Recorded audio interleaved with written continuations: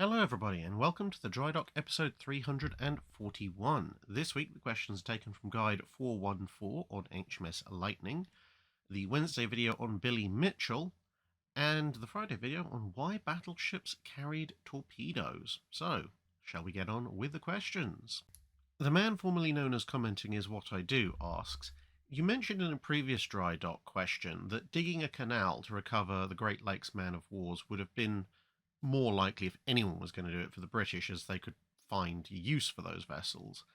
That got me thinking, was St Lawrence and Company the only time the British ever conceived of using super short-range man-of-wars to defend the coasts of their island or other imperial territories, or are there other vessels I've not heard about? As far as a dedicated program of we're building a really big ship of the line, but with some explicit modifications to speed construction and make it cost less at the expense of cruising range, St Lawrence and Wolf in Canada, the other two that will be under construction, were pretty much unique in the annals of British shipbuilding for the age of sail. However, there was a program of short-range ships of the line used to defend the coast of Britain and to a certain extent some other places in the empire as well. And this was what was termed either block ships or guard ships, depending on both their capability and the time period. But rather than building dedicated vessels for this purpose, what they would tend to do is use older ships of the line that perhaps weren't seen as really fully seaworthy anymore, or had been superseded by advancements. So, for example, old 64 gunners, and then later in the early 19th century post-Napoleonic War, some 74s. And these ships would then be lightly stored. In some cases, although not very often, some parts of them might be cut down, and they would be not minimally crewed but less heavily crewed, because the expectation wasn't for them to be able to sustain a full crew sailing around for weeks and weeks and weeks. It was at best a crew that would need to hoist sails and manage the ship for maybe a day or two if they were moving between port, or a couple of hours if they were needed in battle. And again, occasionally, not often, but sometimes they would also be somewhat overgunned because, well, they didn't need to be massively stable because, again, they're not going to be out in the open ocean. They're probably just going to be in harbours and estuaries and things like that. And those vessels would then be sat in various ports. So typically speaking, a guard ship, again, all of these is slightly variable, but a guard ship usually would be assigned pretty much permanently to a specific location. So Portsmouth, Plymouth, Chatham, and various overseas ports and such like. And they're almost just a moored floating battery, but with a minimal ability to move around. Much cheaper than building an entire fortification. You just bring an old ship that you've already got in. Block ships were a little bit more mobile. So a block ship might be assigned to one port for a few years, then another, then another. They might bounce around even between ports on the basis of every few months, depending on where the threat was or what they wanted to do with it, because a block ship could also be used as a kind of short-range training and supply vessel. So, for example, if you had a bunch of cadets who were being trained at Chatham, but you wanted to give them some experience of sailing a roughly full-sized ship of the line, and also, there's some heavy stuff that's really difficult to move over land but is needed down at the Portsmouth dockyards, you might load a bunch of cadets up with the regular block ship crew, put the cargo on, and then go, okay, we're reassigning this block ship to Portsmouth, and then when it gets to Portsmouth, then perhaps a Portsmouth block ship would be reassigned to Chatham to bring people back, or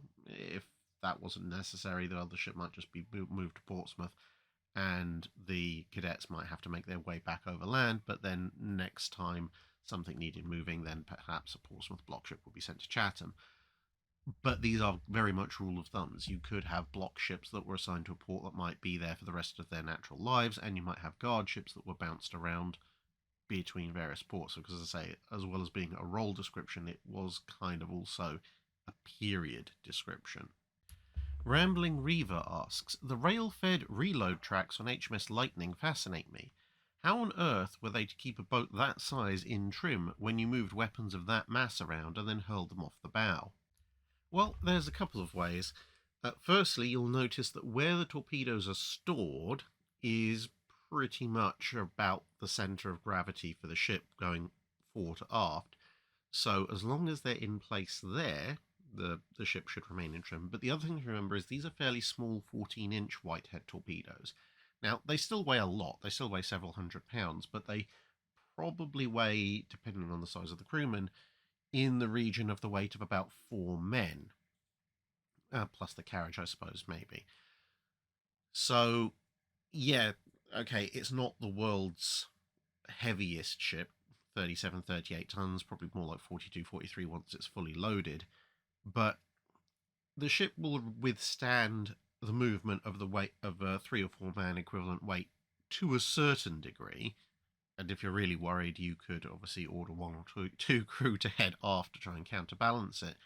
But the other thing, of course, is that when you're moving these torpedoes forward to the tube, presumably that means you're intending on shooting the torpedo fairly soon.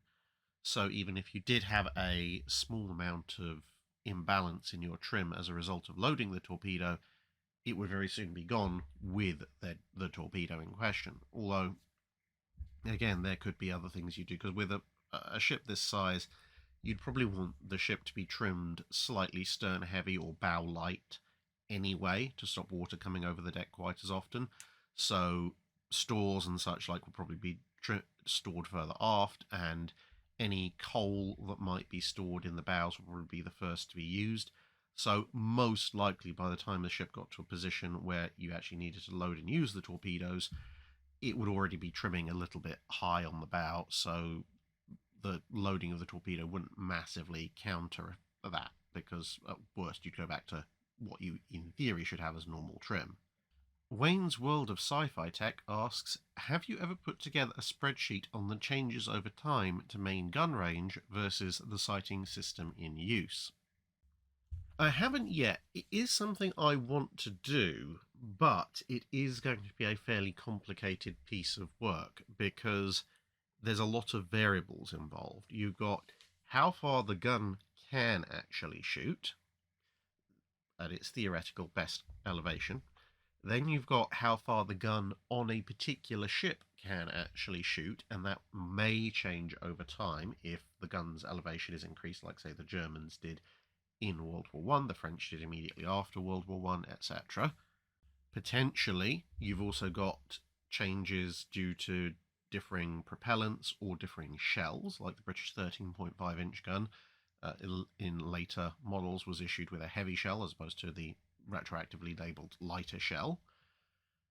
Then you've got how far, obviously now we've established how far the gun can shoot at a particular time with a particular ammunition set. You've then got how far does the Navy think you can effectively use it versus how far the shell will actually go. Then you've got how far can the rangefinders and the systems on the guns actually sight. And obviously that can change as various rangefinders and prisms, etc. are swapped out. So it'd be interesting to see how main gun range and rangefinder and sighting system range leapfrog each other, but it would be a very complicated job. BK Zhang asks, exactly why was Mitchell so unconvinced of the viability of torpedo bombers when it seems obvious even without hindsight that they would be ideal aerial threats, and ideal threats, period, against capital ships? This is something that is actually quite interesting, and it's one of, if not the major reason that I have a big problem with Mitchell. Because, I mean, some people commenting in the video were like, oh, but Drac, wasn't he right in the end? Air power was a threat. It's like, no. Mitchell wasn't an advocate for air power generally against capital ships. Mitchell was specifically an advocate for big, heavy bombers, level bombing against capital ships. He was explicitly against dive bombers and torpedo bombers, and as it turned out, it was dive bombers and torpedo bombers that were the effective weapon. The one thing that Mitchell championed above any and all else, which was a big multi-engine bomber carrying a really big heavy bomb and dropping it from a high altitude was the single least effective way of attacking a battleship or any other warship at sea, to be perfectly honest, short of shouting angry words from the cliff top. But I think what it was not just that Mitchell was fixated on a certain kind of attack profile against capital ships. I think he was fixated in that way specifically because it wasn't just about showing that capital ships were vulnerable to air power. It was about Mitchell showing that the Air Force in particular, or the US Army Air Force as it was at the time, was superior and should get all the money instead of the Navy.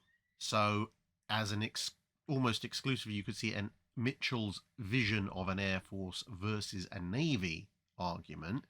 Well, torpedoes, and by extension to a certain degree torpedo bombers, could be, and were to a certain degree, a Navy thing. The Navy was, of course, about to get a bunch of aircraft carriers at the time of Mitchell's testing, and torpedo bombers and dive bombers could be put on naval vessels. Big, heavy, multi-engine strategic bombers could not. So you have to see it in terms of an Air Force-Navy rivalry issue, at least in Mitchell's head, as much as it was an air power versus ships issue. Because I think from Mitchell's perspective, if he advocated for what, yeah, as you say, at the time and in hindsight is fairly obviously a much better way of sinking ships with the technology of the day, which would be with torpedoes, well, essentially what he's arguing for primarily is even more money for the Navy to have both battleships and carriers carrying torpedo bombers.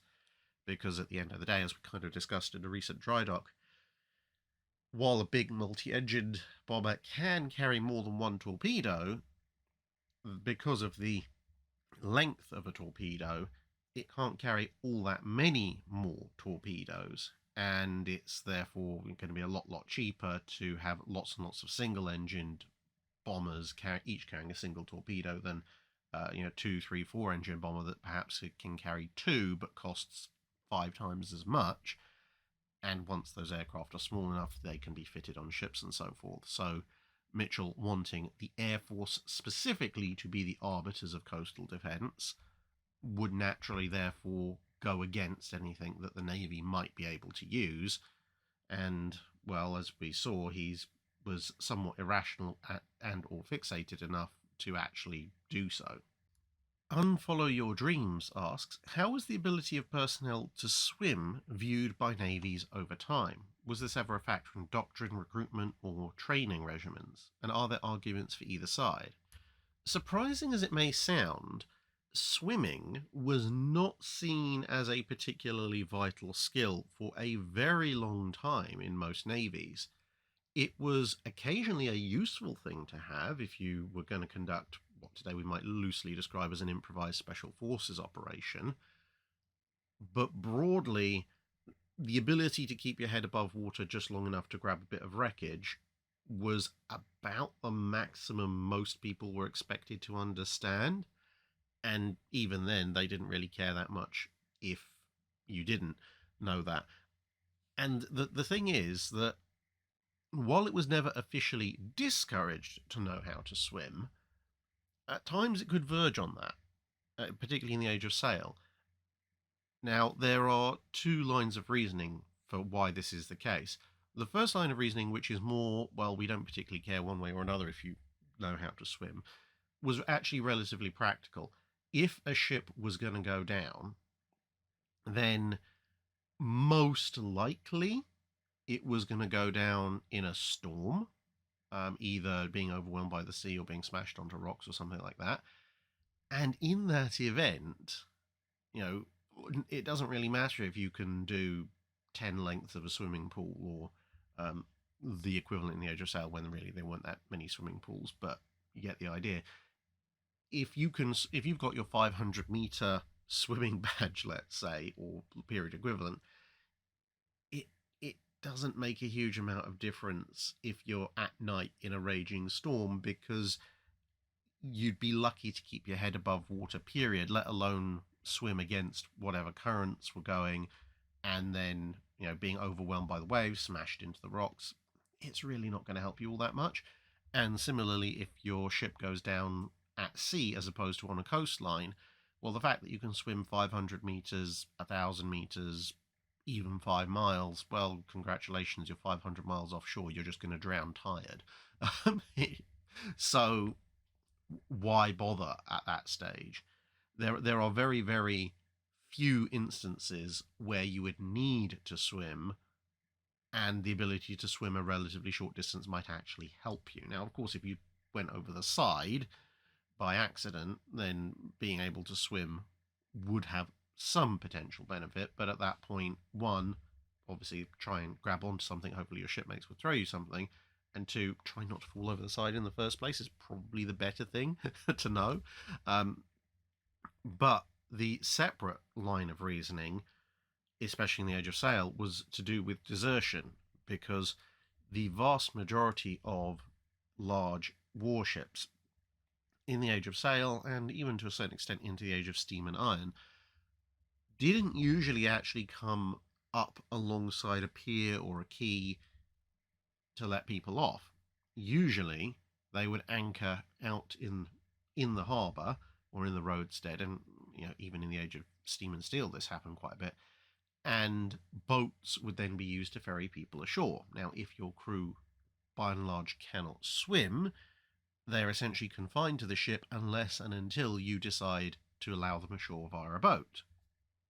If your crew can swim and they're not particularly happy with being on said ship, or a good chunk of them aren't, which, let's face it, between press gangs and so forth, there may be a certain number who don't want to be there anymore. Well, if they can swim, then in a harbour over a short distance, you might wake up one morning and find half your crew's vanished. So at that point, the fact that most of them can't swim is probably actually good for crew retention. Now, as time goes on and you get more into the 20th century, that does start to change, and people think, well, I guess as human life becomes more valued, then learning to swim is held to be a better thing in the Navy. Although even then, it's still largely from a perspective of, can you meaningfully keep your head up long enough to either find some wreckage to hold on to, find a boat to climb into, or otherwise find some form of flotation device? Because still, realistically, if you're in the middle of the ocean and your ship goes down, unless by some weird coincidence you've managed to go down in the calmest, warmest waters imaginable, your ability to swim any significant distance really doesn't make much odds. Oriol Jose Okoa asks, with regards to your last point about level bombing, this is from the Mitchell video, wasn't Force Z targeted rather successfully with bombs as well as torpedoes? Well, actually, no. The attack on Force Z is a perfect example of why Mitchell's theories were really a bunch of complete nonsense. So if you look at the sequence of attacks that were carried out, because you had bombers as well as torpedo bombers, the first attack is on the Tenedos, the destroyer. Now, she's bombed by 9 bombers, each carrying one big armour-piercing bomb, and no hits. So that's 9 attempts, 0 hits so far. Then you have 8 bombers who go after Repulse, each carrying a pair of 550-pound bombs, and this is the attack you can actually see photographed here. And, well, they drop 16 bombs, and they score 1 hit, and it does basically nothing. I mean, it puts a hole in the aircraft hangar and ruins the Royal Marines' mess, but as far as impeding the ship's fighting capability in any way, shape, or form, no, doesn't do anything.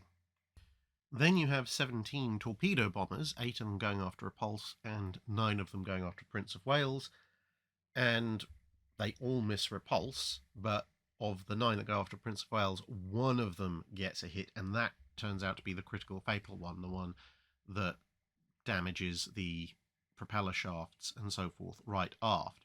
So at that point in the attack, the bombers, as in the level bombers, have managed to drop 25 weapons for 1 hit, which did basically nothing, and the torpedo bombers have managed to drop 17 weapons, again scoring 1 hit, but that hit is actually, well, it will in the end be the thing that kills Prince of Wales. The torpedo bombers would then go on to score 7 more torpedo hits, 4 on Repulse, which obviously sent her to the bottom, and 3 more on Prince of Wales, although that probably wasn't necessary. It did obviously help send her to the bottom. But as if to add insult to injury to the level bombers, the whole thing ended with 17 level bombers attacking Prince of Wales when she was already in a sinking condition, so stopped, and essentially facing almost zero anti-aircraft fire, so near enough a practice run as you could possibly get in wartime. And of 17 bombers, they achieved precisely 1 hit, which didn't really do any kind of damage significant enough to actually contribute to Prince of Wales' sinking. Now, to be fair, it did cause a number of casualties because of where it landed, but if you had just attacked Repulse and Prince of Wales with those level bombers as opposed to the torpedo bombers, Repulse essentially would have had a small deck patching job, and Prince of Wales would have had a little bit more damage to patch up, but still would have been pretty much almost entirely combat capable at the end of it, whereas obviously the torpedo bombers, well, they sent both ships to the bottom pretty quickly. C. Babylon asks, I personally think Mitchell was quite an insane genius, but my question for you, though, is it true that he was also the first person who perceived Japan as being the #1 threat to the US when it came to air power attack, and even predicted that they would attack Pearl Harbor? Yes and no. So the idea that Japan was going to be the #1 threat to the US was not something that originated with Mitchell, although the book in question that you're talking about, he did write in the mid-1920s. Well, the Washington Naval Treaty already preceded that. The US was already very well aware of the potential threat of Japan, and were less worried about going to war with the British. But also, when, a lot of the headlines stuff, oh yeah, Mitchell predicted the attack on Pearl Harbor. No, he really didn't. In fact, he got almost everything wrong about it. For one thing, at the time that he was writing, Pearl Harbor was not the US Navy's forward base. That wouldn't be the case until, ironically enough, a few months before the Pearl Harbor attacks. The US fleet in the 1920s, as it would be throughout the 1930s, was based on the US West Coast. So they weren't going to be attacking the fleet at Pearl Harbor unless they happened to get really, really, really lucky and catch the fleet at basically a refueling stop.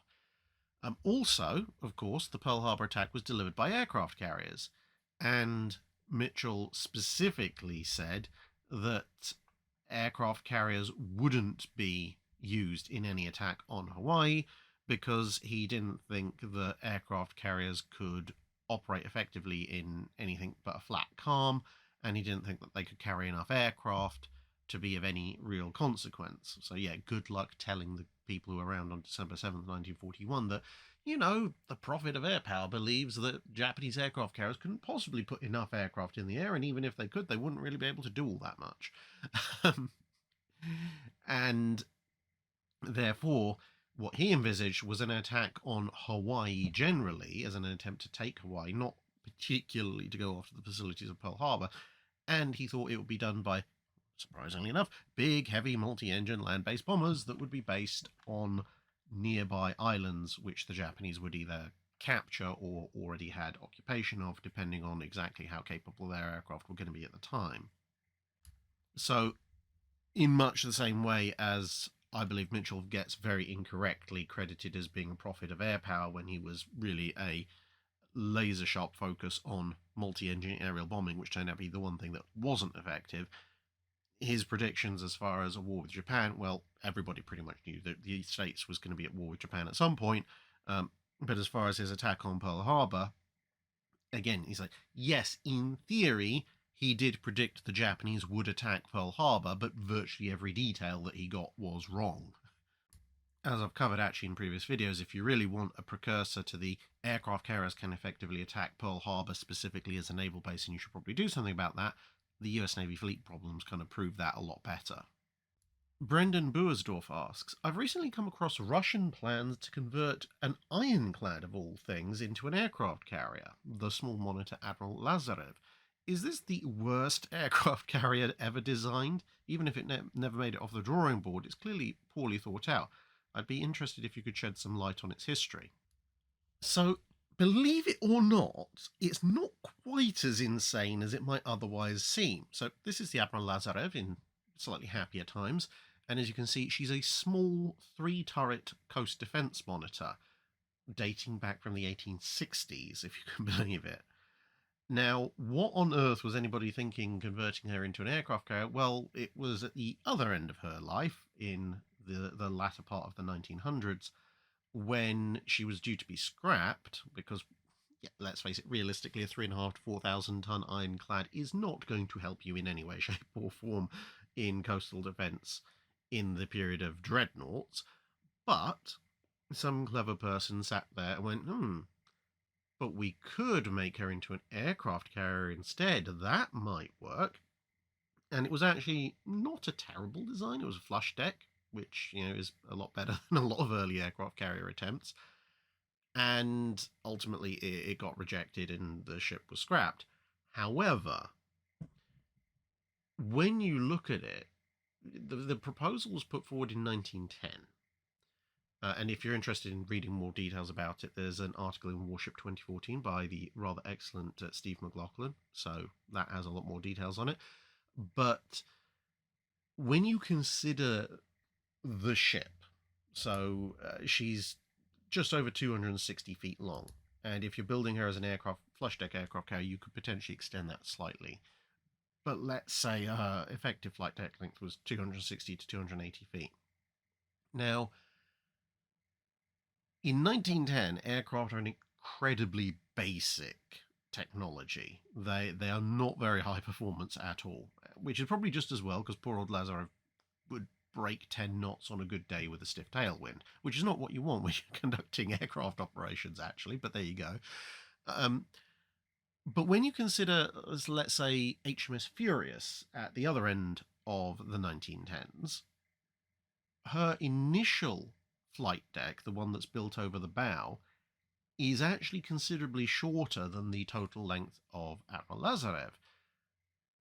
And Furious was able to successfully get aircraft that were significantly high performance and therefore needed a bit more takeoff length, because we're talking about late World War I aircraft. She successfully managed to get those to take off from that flight deck. The landing was a bit more of a problem because of the superstructure. And then later on, when she was converted briefly into a double-ended carrier, the aft flight deck, if you like, more of a landing deck, that was 300 foot long. So it was marginally longer than the Lazarev's, but it was able to land aircraft, again, with questionable success due to the turbulence caused by the superstructure. But what effectively has been demonstrated is that you could get aircraft to take off in a considerably shorter length than Lazarev's hull, and you could get them to land in a considerably shorter length than Lazarev's hull, because although that's a 300-foot long flight deck, it terminates with a ship's superstructure, and aircraft aren't going to come all the way up to that. So if Lazarev had been converted into a fully flush-decked aircraft carrier with perhaps a 260 to 270-foot long flight deck, okay, she's not going anywhere fast, but as a sort of mobile little airfield for early 1900s, late 1900s, early 1910s, early World War I era aircraft, she probably could have done a reasonable job. I mean, her aircraft carrying capacity wouldn't be too much, but considering that, given that we're talking about the Russian fleet and the area the Russian fleet operated in, you'd probably be talking about, we have either some aircraft or we have none. It's not the worst idea in the world. It's certainly not the best, and there would be much better candidates for it. But I think if she had been converted, she could have had some use. Almost certainly would have needed new boilers to move at some appreciable speed so she could actually keep up with, any serious warship at the time.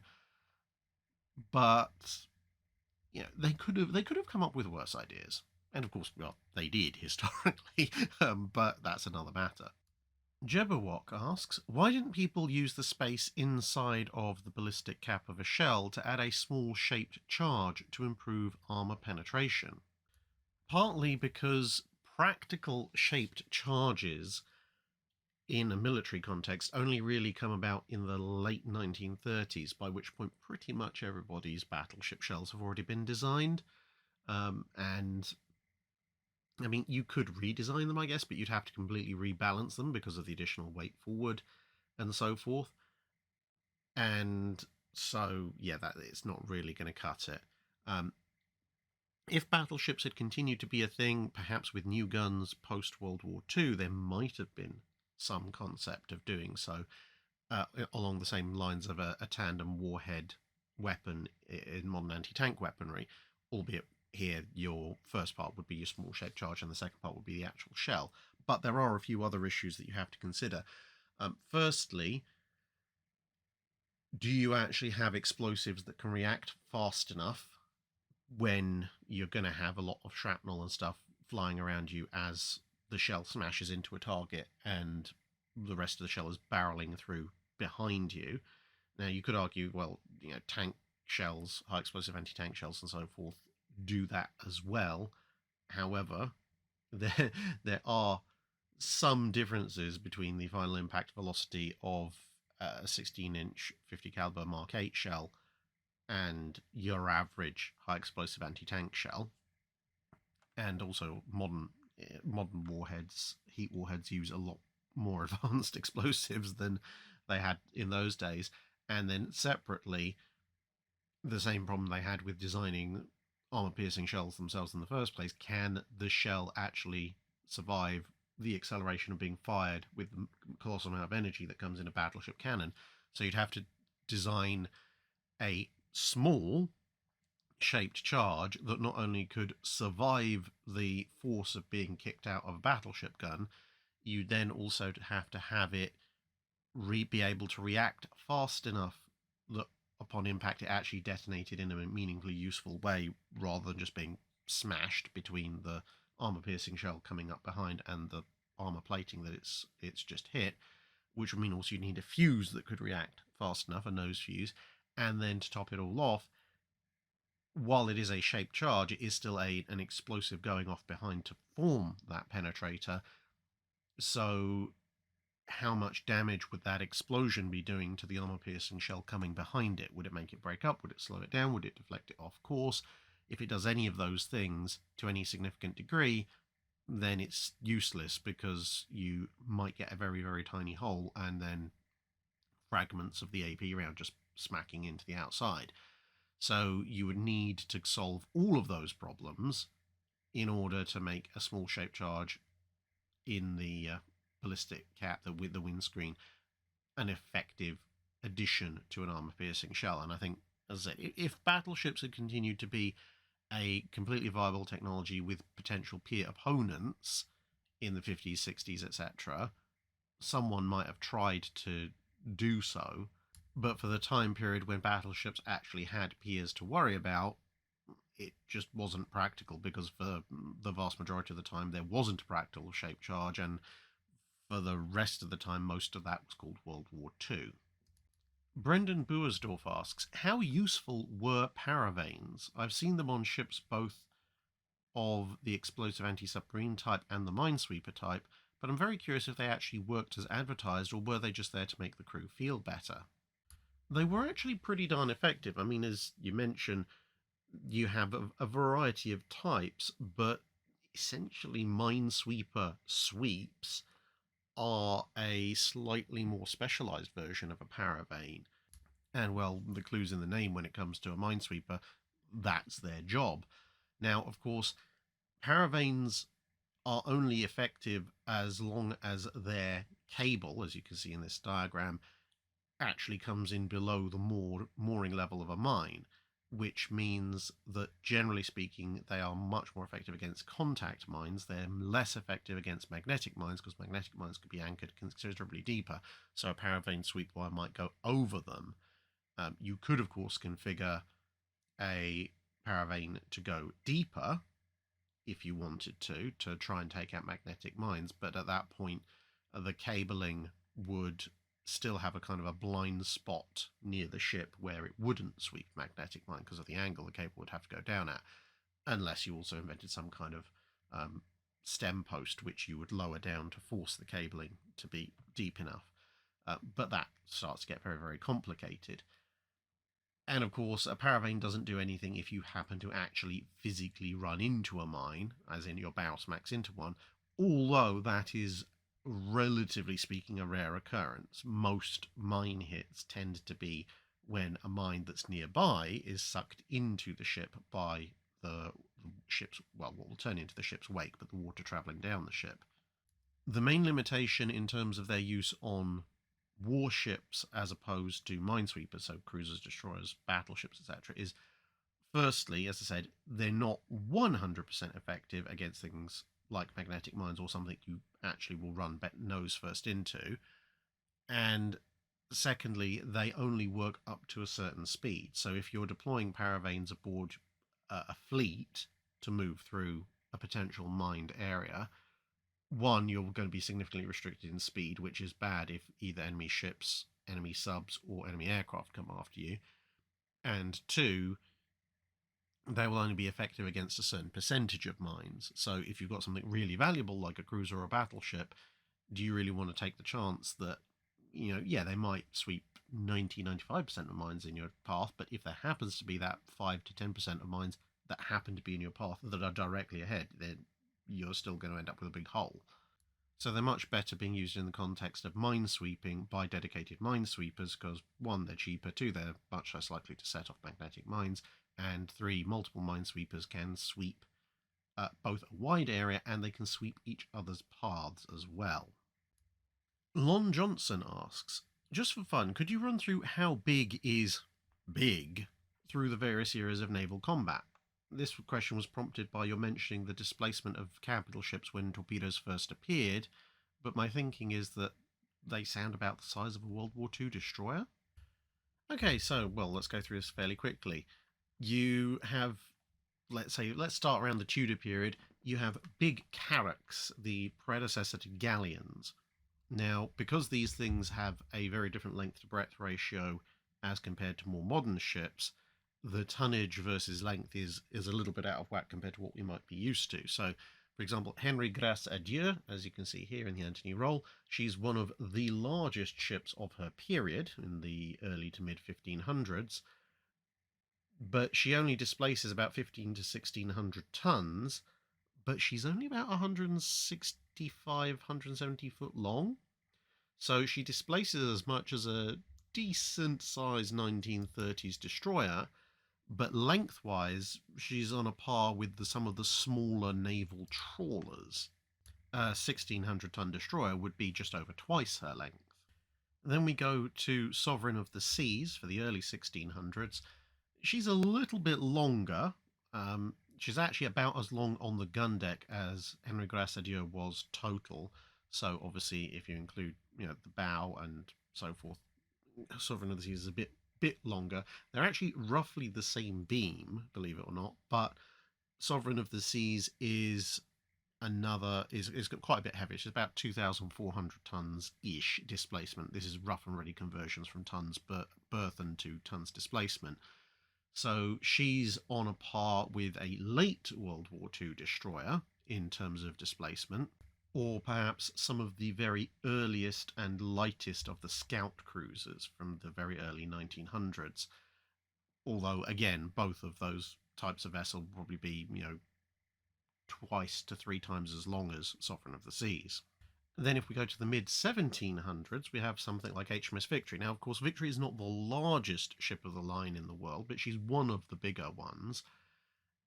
And although her famous victory at Trafalgar is in the early 1800s, she is very much a ship of the mid-1700s. Now, she displaces around 3,500 tons, and she is just over 220 foot long overall. So she's displacing about as much as some of the very last and largest scout cruisers, or some of the very earliest technically light cruisers, light armoured cruisers like the World War I Town class, or for fun, about the same as the Capitani Romani class. Very big destroyers, very small cruisers that the Italians built in the Second World War. That's displacement-wise. Lengthwise, however, she's about equivalent to one of the larger of the mid to late 1900s destroyers. Although one of my favourite fun facts about HMS Victory is that actually if you picked her up and put her sideways on to the flight deck of the British Queen Elizabeth class aircraft carriers, the current fleet flagships. Put sideways on, she's actually shorter lengthwise than the Queen Elizabeth's flight deck is wide. So you could put her sideways on and walk around her.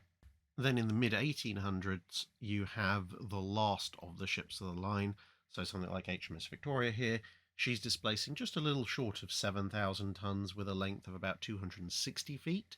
So she's now lengthwise about equivalent to a mid to late World War I era destroyer, but she's displacing as much as some of the smaller light cruisers, so Italian and French light cruisers, Leander class, that kind of stuff, maybe an Arethusa of the mid-1930s.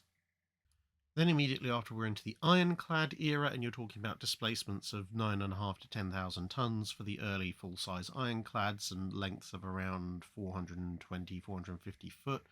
So at that point you're talking about a displacement that's now actually rivaling full flavor treaty era cruisers, and actually now length is approaching that because the length is about the same as a late World War I or immediately post World War I light armoured or light cruiser, something like a C class or a D class. And this radical change in length, almost approximating displacement equivalent, is because we're now into the era of iron construction and ships are a lot slimmer, much greater length to beam ratio compared to wooden built ships. And funnily enough, actually, not a lot changes during the Ironclad era. There are a few Ironclads that weigh 1,000, 2,000 tons more, perhaps. But for the vast majority of the Ironclad era, 10 to 12,000 tons and somewhere in the mid-400s of feet in length is about the maximum you see for almost all capital ships. That only really changes once you get into the 1890s and you start to see the immediate predecessors of and the pre-dreadnoughts and then the pre-dreadnoughts themselves. And then at the top end, you're now talking about 15, 16, 17,000 ton displacement. Although length is still only around about the mid-400s of feet. So lengthwise, same comparison applies, but displacement-wise, you're now talking, late period armoured cruisers, which are about a decade and a half ahead of these ships. And there's not really a lot else in that mid-tens of thousands ton displacement range, apart from maybe some of the heavy cruisers, the Admiral Hippers, for example, or the very last generation US ones that aren't the Des Moines. The Baltimore's actually displaced slightly less, but the Oregon Cities and perhaps the Baltimore's, once they've been fully loaded up and modified in the Cold War, probably are around about this displacement as well. And then we're into dreadnoughts, and everybody knows roughly how big those are. Volunteer per Order O'Sullivan asks, how much drydock time was needed for the British to rebuild a battleship? It's not the whole length of the rebuild, just the time spent in drydock. It obviously varies slightly from ship to ship between Warspite, Queen Elizabeth, Valiant and Renown, but from what I've been able to find, it seems that the average was around about 2 years immobilized having the work done, and then essentially the rest of the time being used to work the ship up or to fit it out in a more conventional location while it's afloat. And you've also got the time period between it being decommissioned and when it actually goes into dry dock for the initial work to be done. So, for example, with Warspite, she is technically decommissioned right at the very end of 1933, but she doesn't actually go into dry dock until March of 1934. Captain Oblivious asks, please briefly discuss the history of dedicated onboard ship cranes on active vessels. Some websites say that the British were the first to have cranes on ships back in the Age of Sail, but these were mounted on 2 hulls of decommissioned ships and placed on a dockside, so I don't think that counts. So the type of crane you're describing there in the latter part is going to be a crane for, most likely for stepping masts, so installing or deinstalling masts, perhaps also occasionally for moving some of the larger bits of a ship's armament, but not much other than that.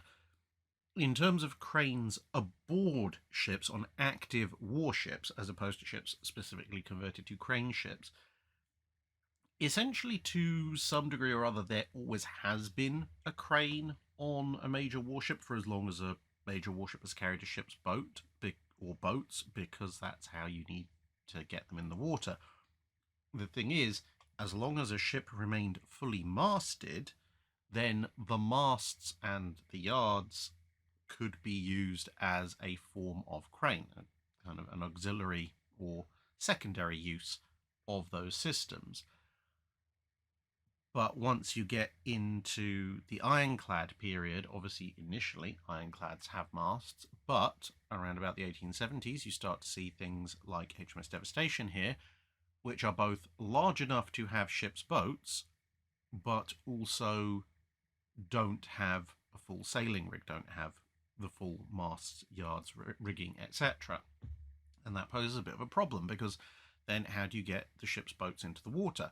Some of them you can carry in davits nice close to the side, and they can just be lowered that way. You can see there is one roughly abreast the aftmost funnel.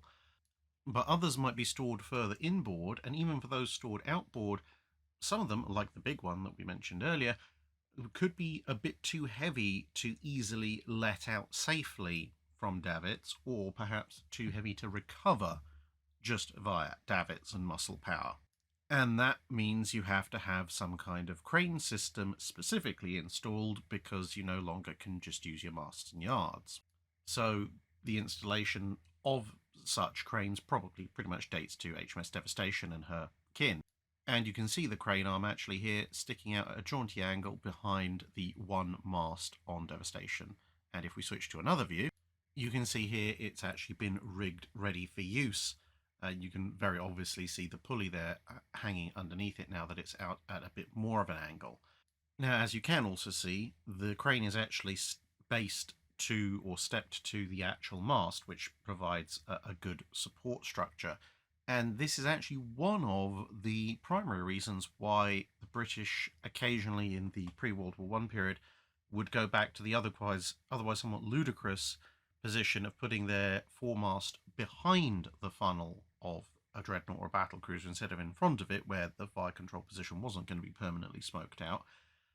And that was essentially weight and convenience, because if you could have your big boat cranes stepped to the big tripod mast, well, then you didn't need a separate king post structure to base that crane off of. If you moved it forward of the funnel, then obviously the funnel would get in the way and you'd have to have separate cranes. And so you see, as time goes on, this interplay between, do we have a crane built as not part of the mast structure, but built using the mast structure as a support, or do we have separate king post based cranes elsewhere? And this varies not just by navy, but also, as I said, by time period. And we'll also explain where the ship's boats are, because if you look on most 1900s, 1910s, and even into the 1920s ships, if you can't immediately see separate king-posted cranes, which are quite common actually in the US Navy, then the easiest way to work out where the ship's boats are going to be is look at where the fore and main masts are, because if there aren't separate king-post cranes, then that's where you're going to find the ship's boats around the masts, because that's where the cranes will be attached to. As you get into the 1920s, not only do you start to see the initial fully built up superstructures which kind of envelop masts, which means you have to have separate cranes anyway, but you also start to see the far more widespread deployment of permanently based aircraft aboard ships. And if you've got a crane that can recover an aircraft, well, you can also use it to recover boats, and suddenly the boats seem to cluster very close to where the aircraft cranes are. Brian Smith asks, I was wondering why the Royal Navy seemed to be at the cutting edge of naval technology in some areas, but also behind the curve in others. Broadly, it can come down to one of three factors, or possibly a combination: budget, objective, and luck. So in order, budget can simply be that powers greater than the Royal Navy, aka the Treasury, decided, usually in times of peace, that they could get something that was the latest or greatest technology, or something close to it, but they could get it much cheaper by buying it from someone else, usually overseas, and therefore they didn't, according to them, need to spend extra money getting a British company, or for most of the time period the channel covers, the Royal Navy itself to develop its own version or to catch up with everybody else. Essentially short-term cost-cutting, but, you know, long-term cutting your own throat. And you can see examples of that in things like shell fuses. So British shell fuses were fairly competitive with everybody else's for a long time, and then Krupp made a few additional advancements, and then the Treasury went, you know what? Krupp have better fuses than us at the moment. Well, we're just going to buy them from Krupp, therefore we don't have to spend the R&D costs to make our own versions. And of course that meant that not only did Britain not develop that generation of shell fuses, it also meant the infrastructure and the expertise to develop shell fuses began to wither away, such that a few years later, when the Germans decided, actually, we're not going to sell our latest and greatest shell fuses to Britain because we're in the middle of an arms race with them, you were left with basically a couple of generations ago fuses and desperately in an attempt to catch up. So, yeah, the Treasury is responsible for a great many things, most of which probably deserve the hangman's noose, but there you go. Then we move on to objective. Now, objective is incredibly important because even the Royal Navy at the height of its power in the late 19th and early 20th centuries does not have the absolute unlimited budget that it might otherwise want, or even really a lot of the time the full budget that it really needs for the objectives the various politicians want to put on it. And that in turn means that they have to decide what is more important to us of all the various things that we can follow. And that's actually one of the things I rather like in the Rule the Waves game series, which is that you can increase or decrease your research priorities on different things, depending on what you think is more important. You know, do I need bigger guns? Do I need faster hulls? But you can't do it on everything because you only have a limited R&D budget. It's a pretty good abstraction of what happens in real life. And in wartime, this is turned up to 11 by, you know, what are we taking the most losses from? Where do we need to meet our own objectives the most? So, for example, in World War I, the Germans are attacking a lot of British shipping with submarines. And therefore, the Germans are very, very motivated to make longer diving, faster moving, quieter submarines. The British, who don't really have a huge amount of enemy shipping to go after, are less motivated to develop newer, better, etc., submarines because, well, there's not a huge pressing need for them, at least as far as commerce attack goes. But they are very motivated to develop techniques to find and destroy submarines. So British depth charge development and then ASDIC-sonar, hydrophones, etc. All of that, by the end of World War I, the British are light years ahead of the Germans because, well, the Germans equally haven't had that much of a pressure compared to the British to find anti-submarine counters. And to a certain extent, you could even see that with the naval adaptation of radar. Because if you're looking at it from a perspective of, let's say, the Japanese or the Americans operating out in the Pacific for the most part, well, over the vast expanses of the Pacific, the chances are you probably won't be found by aircraft. And even if you are found by aircraft, a follow-up strike also successfully finding you in the vast expanses of the Pacific is pretty slim, and there are going to be whole sections of the Pacific where, unless there's an enemy carrier right nearby, the air threat just doesn't exist. And so, although the same concerns apply to everybody about what happens when an enemy airstrike actually arrives at your carriers, because the statistical likelihood of that actually happening in the first place is, relatively speaking, less for the Japanese and the Americans, and they have a very large expanse of open ocean to play with, that to a certain extent influences their decision making on what is a priority. You know, bigger air wings to more readily find the enemy and hit them really hard first become more of a priority than spotting incoming enemies. Whereas for the British, who, yes, they're looking at the Pacific, but they're also looking at operating in the Mediterranean, the North Sea, and the Atlantic, which will involve an awful lot of operation within range of continental-based recon aircraft, and big twin and four-engined aircraft at that, well, suddenly the chances of you being spotted and you being continuously spotted and a very large strike of land-based strike aircraft coming after you is exponentially higher than it ever would be in the Pacific.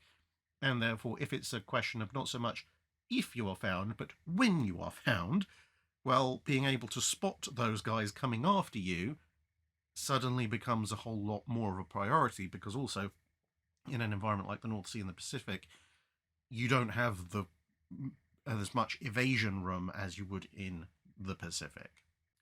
And then finally you have luck, because some technologies just come down to one or two brilliant minds happening to be the first to invent that thing, and they're somewhat ahead of the ball compared to almost everybody else.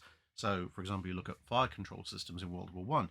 The British have access to both the Dreher table and the Argo clock, or Argo pollen clock, and that puts them quite a bit ahead of most other navies, because not only do they have some of the first to be developed, they have multiple versions to compare and contrast with. Now, that's obviously not to say that nobody else had them, but other people had them a little bit later. Same thing with turbines. Parsons turbines developed a little bit ahead of everybody else, but at the flip side, some other things worked against them, like MAN in Germany. Really, really good leader in diesel technology, still are for that matter, but the guys who ran MAN and came up with diesel engines, and in fact Diesel himself, all German. Therefore, Germany had the lead in diesels for a good chunk of the 20th century. And when you look at the various areas where the Royal Navy was ahead or behind, most often one or more of these factors all play into it. And it can even be, very, very simple things like, why did the British have bigger and more powerful destroyers entering World War One than most other people, and especially the Germans? Well, the torpedo boat destroyer starts its development in a time period where Britain by far and away has the most battleships, so everyone else is happy to develop torpedo boats to sink the battleships, but Britain has the single strongest motivation to develop something to stop the torpedo boats, hence the torpedo boat destroyer, and derivatives therefrom. Brian Stevens asks, how were families of sailors paid in the Age of Sail? Were there lump sum payments for each voyage? What happened if a man died? Did government and private operations do it differently? It developed quite a bit over time during the Age of Sail. Initially, the default was you got paid at the end of the ship's voyage or the ship's commission. And that was for a few reasons, the single biggest one being to prevent desertion, because, well, if you'd served aboard a ship for 3-4 months, someone owes you 3 or 4 months worth of money, you'd have to have a very, very, very strong motivation to skip out on that money. Whereas if you've been aboard the ship for 3 or 4 months and you've already been paid and you've got a couple more weeks before you get back into port, but you happen to be in this really nice other port, the temptation to just leave is much, much higher. Another factor was that if you didn't pay everybody until you got back into port, that meant the funds could be held at said port, which would be fairly heavily fortified, hopefully part of a naval base, and it meant the ships didn't have to carry huge amounts of money aboard, which would obviously be a temptation for theft or mutiny amongst the crew, and also make a fairly nice target for anybody who was boarding and capturing the ship as well. And there was also the fact that, well, a ship that went out to sea, especially in the Age of Sail, you might plan to be out for a certain amount of time, but wind and the waves and changed orders might mean you could be out for considerably longer. So if you were, say, planning a 3-month voyage and you took 3 months worth of salary for everybody aboard, and everybody's used to being paid weekly, what happens when a big storm means you've been driven far out to sea and it's actually going to take you 4 months to complete your voyage? And now everybody who's used to being paid weekly is going to have to spend the last month without being paid until they get home. These are all considerations, and there's more as well. But this obviously meant there were some challenges for sailors' families, because it meant they had to survive for months, at least weeks, but possibly months, and later on years, potentially without any income from their husband, father, son, whoever was out there. Now, of course, from a practical perspective, this led to an awful lot of sailors' families taking up separate trades. So quite often sailors' wives would have their own job of some description anyway, and that income would at least keep the family going. And there's another reason why kids tended to start work quite early as well. But as time went on and voyages became longer and longer lasting, blockade duty, being stationed in the West Indies or over in Australia or the Pacific or something like that, obviously this system was going to become less and less workable, because if you're talking about the Elizabethan period, the Stuart period, the Commonwealth period, a ship that's out at sea for a few weeks, few months, yeah, you can probably get by on a secondary job and savings and wait until your sailor comes home. If they're away for 3 years, not so much. And so, at least in the Royal Navy, a system evolved whereby a certain percentage of what you were due to be paid could be accessed by your family, or your authorised family, at certain pay points within the United Kingdom. So you would be accruing salary, it's just you weren't being paid it, so it'd all be kept on the ship's books. So you could say, okay, well, I'm going, and there was a limit, obviously, but you could say something like, I want a quarter of my salary to be paid out to my wife. So at that point, let's say you were based in Chatham, your wife could then present herself on, let's say, for example, a monthly basis to the dockyard at Chatham, to a specific office, and say, hi, I am so-and-so, I'm authorised to collect pay on behalf of my husband. And they would say, okay, well, he's been at sea for X amount of time, therefore we owe him Y amount of money, and therefore you can access up to this much funding, and she could have that. And that was pretty much the system until the much more widespread system of personal banking came about, but that's actually surprisingly quite late in the period the channel covers.